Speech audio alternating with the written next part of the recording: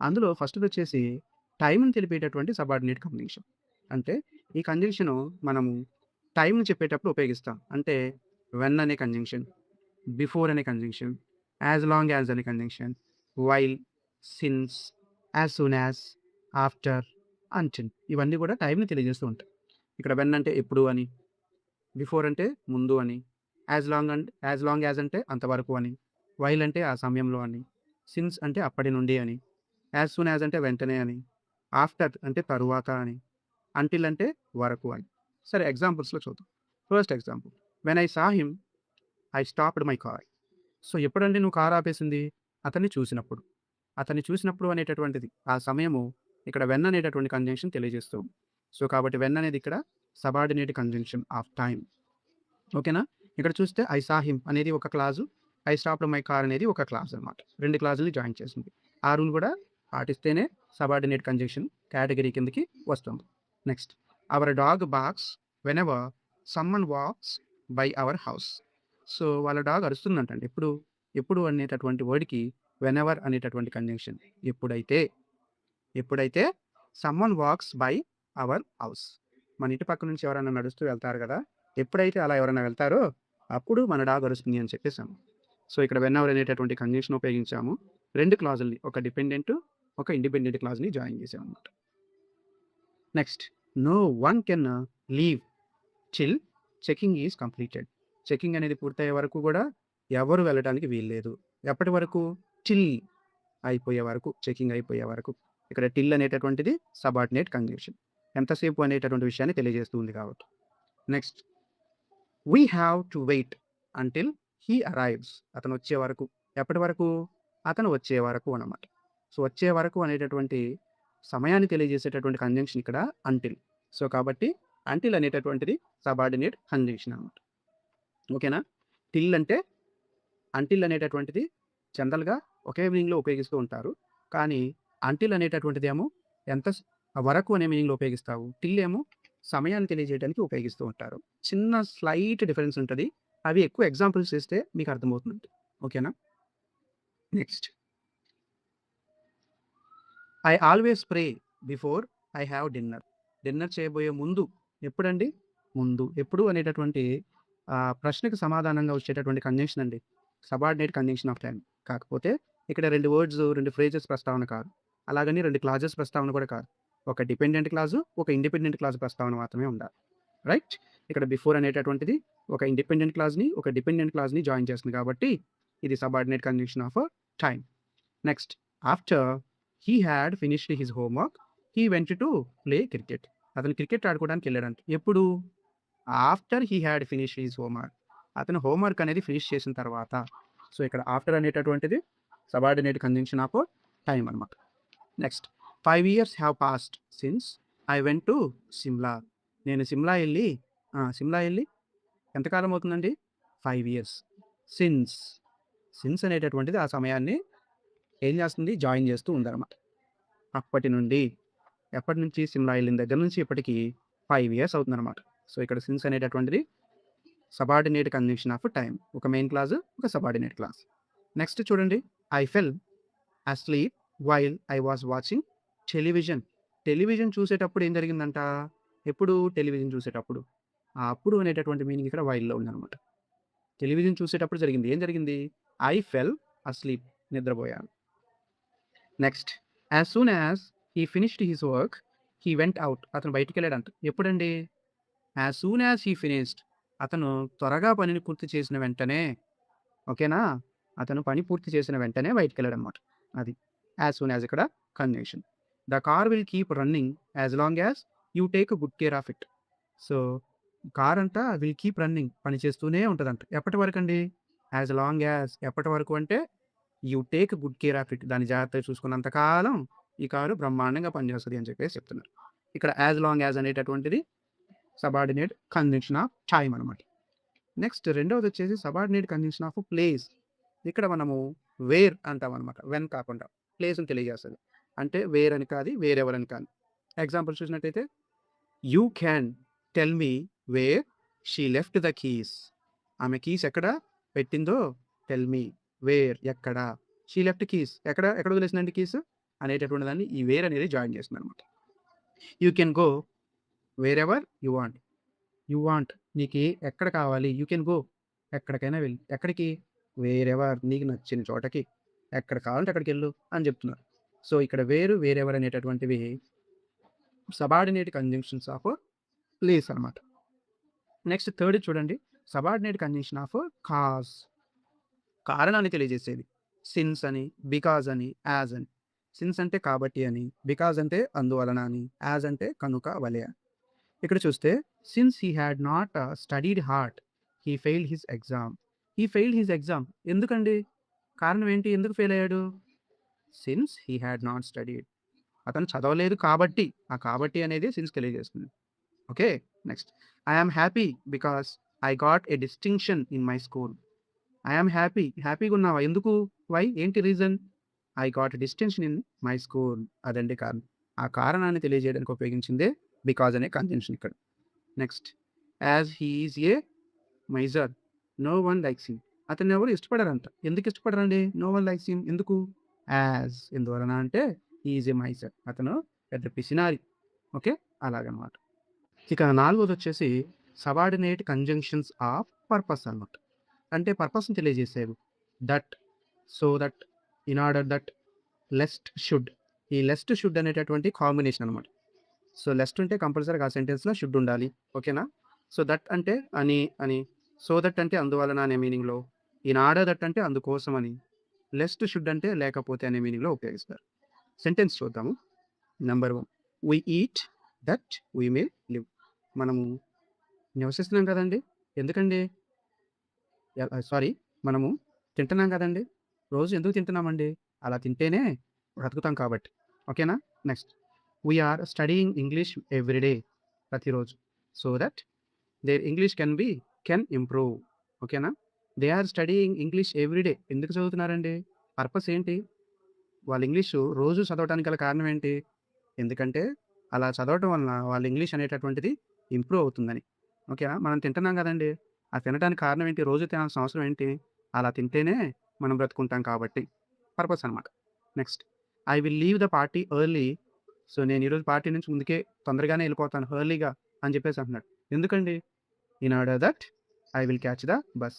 అలా వెళ్తేనే నేను బస్ క్యాచ్ చేయగలను కాబట్టి, అలా చేస్తేనే బస్ అనేది నాకు దొరుకుతుంది కాబట్టి, అలాగా. Next take an umbrella. Umbrella తీసుకెళ్ళు. Lest you should get wet in the rain. Umbrella తీసుకెళ్ళు. ఎందుకు తీసుకెళ్ళాలి అంబ్రెల్లా? పర్పస్ ఏంటి? అంబ్రెల్లా పర్పస్ ఏంటండి? గొడుగు వర్షంలో తడవకుండా నేను వాడేది. ఎస్. లేకపోతే lest you should get wet in the rain, వర్షంలో తడుస్తావు. Next run fast. త్వరగా పరిగెత్తు. Lest you should miss the bus. త్వరగా పరిగెత్తు. ఎందుకు పరిగెత్తాలి? పర్పస్ ఏంటి? నువ్వు కనుక తొందరగా పరిగెత్తకపోతే నీకేమైంది? You should miss the bus. ట్రైన్ని మిస్ అవుతావు, అలాగనమాట. Next subordinate conjunctions of result అండి. సో ఇక్కడేమో పర్పస్ చూసాం, ఎందుకు. ఇక్కడేంటి? రిజల్ట్, ఏం చేస్తే ఏం రిజల్ట్ వస్తుంది, అలా. ఇక్కడ మనం ఉపయోగించే కంజంక్షన్స్ సో దట్ కాంబినేషన్ అండి. సో వస్తే దట్ రావాలి ఆ సెంటెన్స్లో. సచ్ దట్, ఇది కూడా కాంబినేషన్. సచ్ వచ్చినా దట్టే రావాలి. రెండు కూడా సేమ్ మీనింగ్, కాబట్టి అనే మీనింగ్. సో కాకపోతే సచ్ పక్కన నౌన్ ఉపయోగిస్తూ ఉంటాం, సో పక్కనేమో యాడ్జెక్టివ్ ఉపయోగిస్తూ ఉంటాం. అదొక్కటే కొంచెం డిఫరెన్స్. చూద్దాం. Okay, right. First sentence, the necklace was so expensive. Necklace అంట so expensive that I couldn't buy. So అది చాలా ఎక్స్పెన్సివ్ కాబట్టే కొనలేను. ఇక్కడ సో తర్వాత ఎక్స్పెన్సివ్. ఏంటంటే ఎక్స్పెన్సివ్? నెక్లెస్ కదా, నెక్లెస్ గురించి తెలియజేస్తూ ఉందన్నమాట. కాబట్టి next the box is so heavy. Box హెవీగా ఉంది కాబట్టి, హెవీగా ఉండటం వల్ల వచ్చినటువంటి రిజల్ట్ ఏంటి? I cannot lift. అందువల్లనే లిఫ్ట్ చేయబోయావు. ఎందుకు నువ్వు బాక్స్ని లిఫ్ట్ చేయలేకపోయావు? ఎందుకంటే అది హెవీగా ఉంది. ఎందుకు ఆ నెక్లెస్ కొనలేనంటున్నావు? ఎందుకంటే అది కాస్ట్లీ కాబట్టి. ఇలాగనమాట. అలా చేయకపోవడానికి కారణాలు ఏంటి? Next she is such a charming women. So ఆమె ఎలాంటి అమ్మాయి అంటండి? Charming women. ఆమె చాలా charming women. That everybody stage that her. ఏంటి అందరూ ఆమెనే చూస్తున్నారు? ఎందుకు చూస్తున్నారంటే ఆమె చాలా బ్యూటిఫుల్గా ఉంది, అలాగనమాట. Okay, right. Next subordinate conjunctions of condition. కండిషన్ని తెలియజేసేటటువంటి కండిషనల్ క్లాస్లో చూసాం మనం. ఇఫ్ అనేటటువంటి కంజంక్షన్, సపోజింగ్ అనేటటువంటి కంజంక్షన్, అన్లెస్ అనే కంజంక్షన్, ప్రొవైడెడ్ అంటే షరతు మీద ఒకవేళ, ఇలాగా. ఈ నాలుగిటిని మనం కండిషన్ గురించి చెప్పేటప్పుడు ఇలా జరిగితే అలా జరిగిద్ది అలాగనమాట. If something is there then it will be అలాగా కండిషన్ షరతు మీద ఉండేటటువంటిదనమాట. సో ఎగ్జాంపుల్ చూడండి. ఇఫ్ ఇట్ రైన్స్ టుమారో వర్షం పడితే we will not go out మేము బయటికి వెళ్ళము. ఇలా జరిగితే ఇలా జరిగిద్ది కండిషన్స్ అప్లై అనమాట. Next supposing you do not reach the station in time. ఒకవేళ నువ్వు స్టేషన్కి ఇన్ టైంలో రీచ్ కాకపోతే కాకపోతే ఏం జరిగిద్ది? What will you do? ఏం చేస్తావు? Okay, supposing you do not reach the station in time. ఒకవేళ నువ్వు స్టేషన్కి ఇన్ టైంలో రీచ్ అవ్వలేకపోతే వాట్ విల్ యూ డూ? అప్పుడు ఏం చేస్తావు? రీచ్ అవ్వలేకపోతే ఏం చేస్తావు? సో కాబట్టి త్వరగా వెళ్ళాలి. నెక్స్ట్ ఎలా చూడండి. He cannot succeed. అతను విజయం సాధించలేడు. ఎప్పుడు? Unless he work hard. అతను కనుక హార్డ్ వర్క్ చేయకపోతే. అలాగా అన్లెస్ అంటే మీనింగ్ అండి ఇఫ్ నాట్ అనమాట. ఇఫ్ నాట్ అని ఉంటే అన్లెస్ వాడకూడదు, అన్లెస్ ఉంటే ఇఫ్ నాట్ వాడకూడదు. అలాగన్నమాట, ఏదో ఒకటే వాడాలి. Next you can go out side and play. బయటికి వెళ్ళి ఆడుకో. ప్రొవైడెడ్ ఎప్పుడు షరత్ ఏంటి? You finish your homework on time. నువ్వు కనుక నీ హోంవర్క్ ఆన్ టైంలో ఫినిష్ చేస్తే నువ్వు బయటికి వెళ్ళి ఆడుకోవచ్చు. ఆ షరతు మీద అయితే ఓకే ఇలాగనమాట. ఇదే కండిషన్స్ అంటే సబార్డినేట్ కంజంక్షన్స్ ఆఫ్ కండిషన్ అంటామన్నమాట. ఇక 7th వన్ వచ్చేసి సబార్డినేట్ కంజంక్షన్స్ ఆఫ్ మేనరిజం. ఎలాగా, ఏ విధంగా బిహేవ్ చేస్తున్నారు అనేటటువంటిది, ఎలా ఉన్నారు, యాటిట్యూడ్ అంటాం కదా అలాగా. ఇక్కడ మనకి యాజ్ ఇఫ్ యాజ్ దో రెండు ఉపయోగిస్తాము. యాజ్ ఇఫ్ అయినా యాజ్ దో అయినా రెండింటికి మీనింగ్ ఏంటంటే ఏ విధంగా అనేటటువంటిది, ఇలాగా అలాగా. ఫస్ట్ చూడండి. Yes, she is roaming on the streets as if the virus will not catch her. ఆమె రోడ్ల మీద ఎలా తిరుగుతుంది అనమాట? ఏ వైరస్ నన్నేమీ చేయలేదు అన్నట్లుగా తిరుగుతుంది అనమాట. సో ఆమె మేనరిజం ఏంటి? నన్నేమీ చేయలేదు అనేటటువంటి మేనరిజం. అలాగా అనేటటువంటి మీనింగ్లో మనం యాజ్ ఇఫ్ ఉపయోగించాం. Next she behaves. ఆమె బిహేవియర్ ఎలా ఉందంట? As if she knew everything. ఆమెకే మొత్తం తెలుసు అన్నట్టుగా ఉందంట ఆమె behaviour, mannerism. Next he looked. So అతను చూశాడంట. ఎలాగ చూశాడు? As if he knew the answer. తనకే ఆన్సర్ తెలుసు అన్నట్టుగా చూశాడు అనమాట. లేదా next he burst into high pitched laugh. తెగ పగలబడి నవ్వాడంట. ఎలా నవ్వాడు? ఎందుకు నవ్వాడు? లేకపోతే ఎలాగా? యాజ్ దో అనే తెలియజేస్తుంది. ఎలాగంటే he had said something funny. అతను ఏదో పెద్ద విషయం ఫన్నీగా చెప్పినట్టుగా, బెస్ట్ ఫన్నీ జోక్ వేసినట్టుగా నవ్వుతున్నాడు. అంత హై పిచ్డ్గా అంత నవ్వే అంత జోక్ ఏముంది దీంట్లో అలాగనమాట. Next she cried. ఆమె ఏడుస్తుంది అనమాట. ఎలాగా అంటే యాజ్ ఇఫ్ ఉపయోగించాలి. ఎలాగంటే షీ వర్ ఏ బేబీ. ఆమె ఏదో చిన్న పాప అయినట్టుగా తెగ ఏడుస్తుంది అని అర్థం. ఓకేనా? సో ఇక్కడ మీరు గమనించినట్లయితే మనం పాస్ట్ టెన్స్ రాసినప్పుడు సింపుల్ పాస్ట్ టెన్స్ రాస్తున్నాము యాజ్ ఇఫ్ తర్వాత. అంతేకాదు వాజ్ అనేటటువంటి సింగులర్కి సంబంధించినటువంటిది ఉపయోగించము. ఎప్పుడు కూడా వర్నే ఉపయోగిస్తూ ఉన్నామన్నమాట. అది కూడా మీరు గమనించాలి. నెక్స్ట్ 8th వన్ వచ్చేసి ఇక్కడ పక్కన రాశాను. Subordinate conditions of comparison. అంటే దీంతో కంపేర్ చేయడం. ఏది ఎలా ఉంది, ఇది ఎలా ఉంది, ఇటు సైడ్ ఎలా ఉంది, ఇటు సైడ్ ఎలా ఉంది, కంపారిజన్ అనమాట. సో ఈ కంపారిజన్కి యాజ్ కానీ, యాజ్ కానీ, సో యాజ్ కానీ, దాన్ కానీ ఉపయోగిస్తాం. అయితే యాజ్ పక్కన యాడ్జెక్టివ్, యాజ్కి మధ్యలో యాడ్జెక్టివ్, సో యాజ్కి మధ్యలో కూడా యాడ్జెక్టివ్ ఉపయోగిస్తూ ఉంటాం అనమాట. ఇవి డిగ్రీస్ ఆఫ్ కంపారిజన్లో ఉన్న టాపిక్. అది చూసినప్పుడు మళ్ళీ నీకు ఈజీ అనిపిస్తుంది అనమాట. సరే ఎగ్జాంపుల్ చూద్దాం. ఐఎమ్ నాట్ ఏం కాదు, as bad as you think. నువ్వు అనుకున్నంత బ్యాడ్ కాదు. ఇక్కడ ఐ అనే నన్ను, సో నువ్వు అనుకున్న దాని ప్రకారంగా అంటే క్వాలిటీని కంపేర్ చేయడం జరుగుతుంది అనమాట. Okay right. నెక్స్ట్ హీఈస్ అతను as good as she is at English. So ఆమె ఇంగ్లీష్లో ఎంత గుడ్డో అతను కూడా ఇంగ్లీష్లో అంతే గుడ్డు. అంటే అతను ఆమె ఇద్దరు ఇంగ్లీష్లో ఎలా ఉన్నారనేదే కంపేర్ చేస్తున్నాం. రెండో సెంటెన్స్ కూడా సేమ్ రిపీట్ అయిపోయింది. థర్డ్ చూడండి. A wise enemy is better than foolish friend. ఇక్కడ ఫూలిష్ ఫ్రెండ్, ఒక వైజ్ ఎనిమీ, ఇద్దరిని కూడా కంపేర్ చేయడం జరిగింది ఎవరు బెటరు అనేటటువంటిది. Next he is not so good as you. ఇక్కడ నెగిటివ్ అనమాట. సో నీ అంతా గుడ్ ఏమీ కాదు.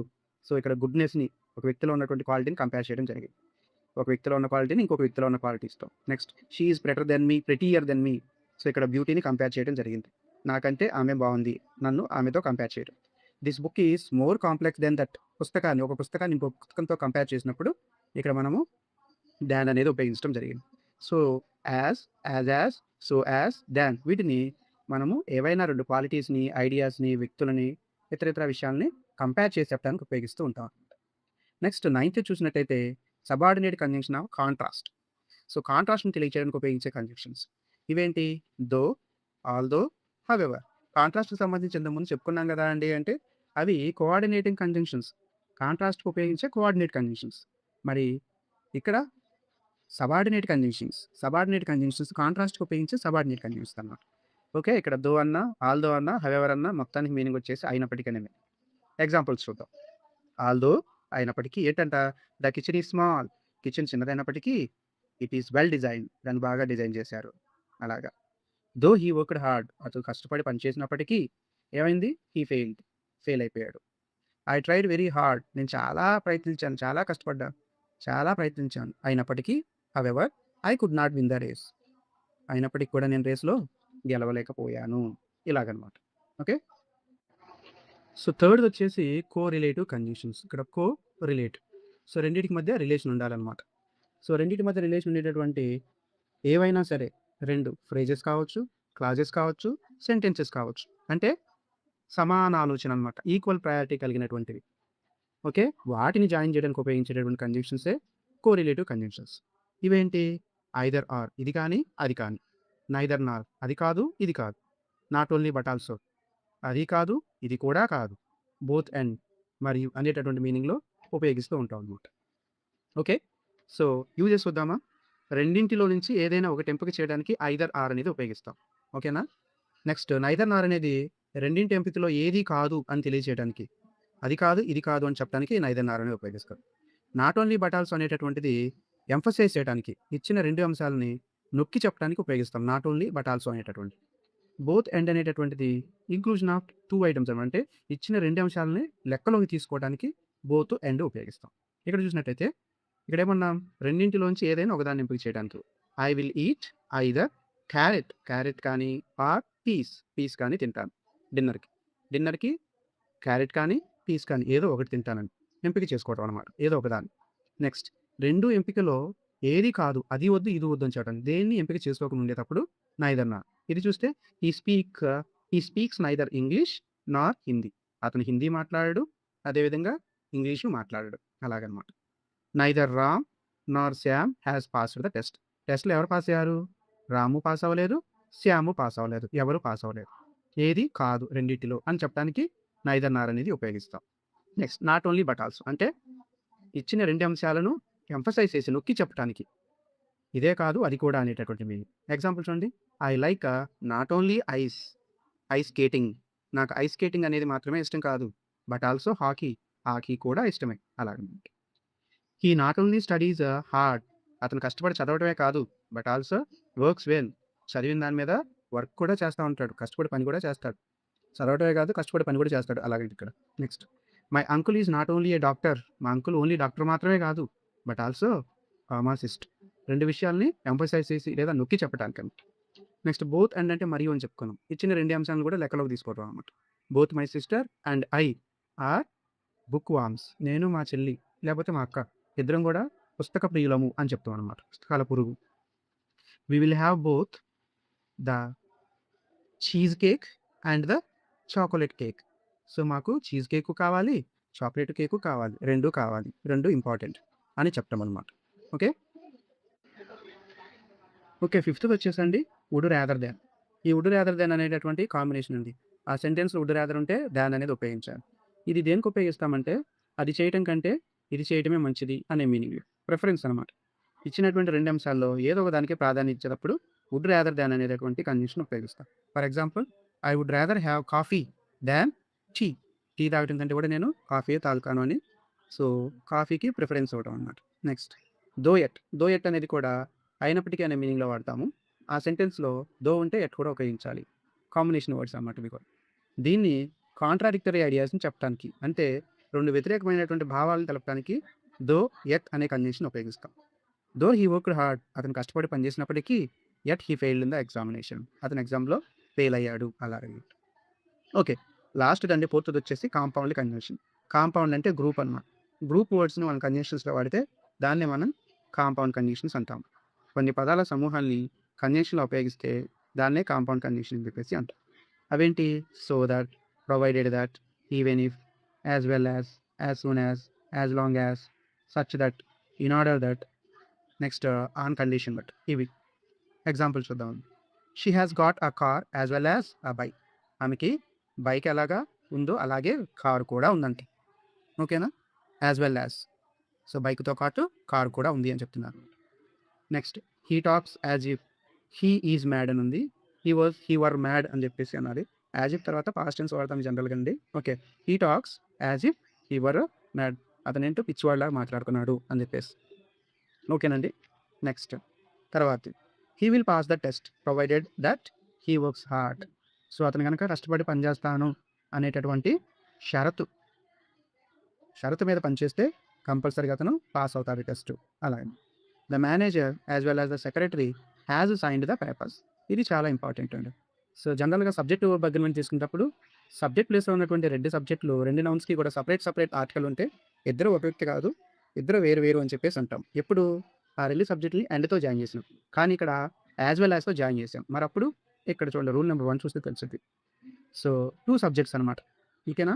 యాజ్ వెల్ యాజ్‌తో గానీ, అలాంగ్ విత్‌తో గానీ, టుగెదర్ విత్‌తో గానీ, నో లెస్ దాన్‌తో గానీ, ఇన్ అడిషన్‌తో గానీ, బిసైడ్స్‌తో గానీ, విత్‌తో గానీ ఏవైనా 2 సబ్జెక్టులు మనం జాయిన్ చేసినప్పుడు మొదటి సబ్జెక్ట్ ప్రకారమే వర్బ్‌ని రాయాలి. ఇదిగోండి మొదటి సబ్జెక్ట్ ప్రకారమే వర్బ్‌ని రాయాలి. ఇప్పుడు మనం యాజ్ వెల్ యాజ్‌తో జాయిన్ చేసాం. ద మేనేజర్‌ని, ద సెక్రటరీని. మరి ఇక్కడ వర్బ్ అనేది ఏం రాయాలి? హ్యాజే రాయాలి. ఇక్కడ సెక్రటరీ, మేనేజర్ ఇద్దరు ఉన్నారు కదా! హ్యావ్ రాయాలి అనుకోకూడదు. యాజ్ వెల్ యాజ్‌తో జాయిన్ చేసినప్పుడు మొదటి సబ్జెక్ట్ అయినటువంటి మేనేజర్‌ని ప్రామాణికంగా తీసుకొని సో, దానికి సంబంధించిన హ్యాజ్ రాసుకోవాలన్నమాట. The manager as well as the secretary has signed the papers ఇలాగనమాట. నెక్స్ట్ ఇది కూడా సేమ్ అండి. ద మేనేజర్ ఇది రిపీట్ అయింది మళ్ళీ. ఇది అవసరం లేదు. Next the students began to talk as soon as the teacher left the class room నుంచి టీచర్ వెళ్ళిపోగానే స్టూడెంట్స్ మాట్లాడటం ప్రారంభించారన్నమాట. He will play even if he is unwell. So, అతను అన్వెల్ అయినప్పటికీ కూడా అతను ఆడతాడు అని చెప్పేసి చెప్పడం అనమాట. ఈవెన్ ఇఫ్ అయినప్పటికీ అతను బాగానప్పటికి కూడా అతను ఆడతాడు అని భరోసా ఇవ్వు. He started early. అతను చాలా ఎర్లీగా స్టార్ట్ అయ్యాడు. సో దట్ అలా స్టార్ట్ అవడం వల్లనే హీ వుడ్ రీడ్ ఎర్లీ. అలా స్టార్ట్ అయితేనే తొందరగా రీచ్ అవ్వగలను. అలాగనమాట. సో, ఈ విధంగా మనము కంజంక్షన్స్ అనేవి నేర్చుకొని ఎక్కడ ఎలా వాడాలి అనేది ప్రాపర్‌గా వాడితే సో, సెంటెన్స్ చాలా చక్కగా ఫ్రేమ్ చేయడం జరిగింది. సో, మన నెక్స్ట్ వీడియోలో ఈ సెంటెన్సెస్ రాసేటప్పుడు కంజంక్షన్స్ ఉపయోగించి రాసేటప్పుడు ఎక్కువగా వచ్చేటటువంటి మిస్టేక్స్ ఏంటో చూసి ఆ వీడియోలో డిస్కస్ చేద్దాం. ఓకే. Thank you.